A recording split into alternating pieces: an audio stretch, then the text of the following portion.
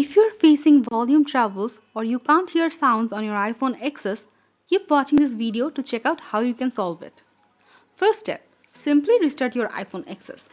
If the sound or volume problems were caused by some minor software issues, it will solve it. Second step, increase your iPhone's volume. To do that, open Settings, tap Sound and Haptics, slide the volume slider to high, toggle on Change with buttons.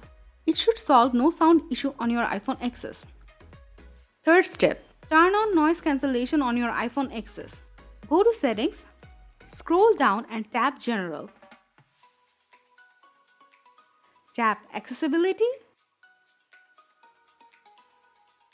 Scroll down and toggle on Phone Noise Cancellation. This will stop the outside noise interruption while talking on the phone, so you would hear better while you are taking a call. Fourth step, maybe your iPhone XS is connected to another Bluetooth device and the sound is transferring to it. So you would have to turn off the Bluetooth on your iPhone XS. To do that, swipe down the control center, tap on the Bluetooth icon to turn it off.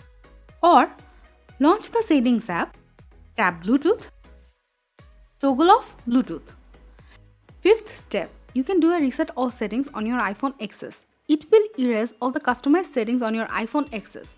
To do that, open Settings,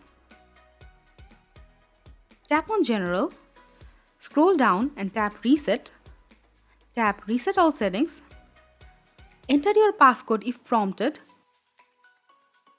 tap Reset All Settings, again tap Reset All Settings. Your iPhone will take auto restart. It will remove all the customized settings from your iPhone XS. So if they were causing the problem, it will fix it. If nothing else works, then you would need to do a hard reset on your iPhone XS by putting it in the DFO mode or recovery mode. We have a video about how you can do it.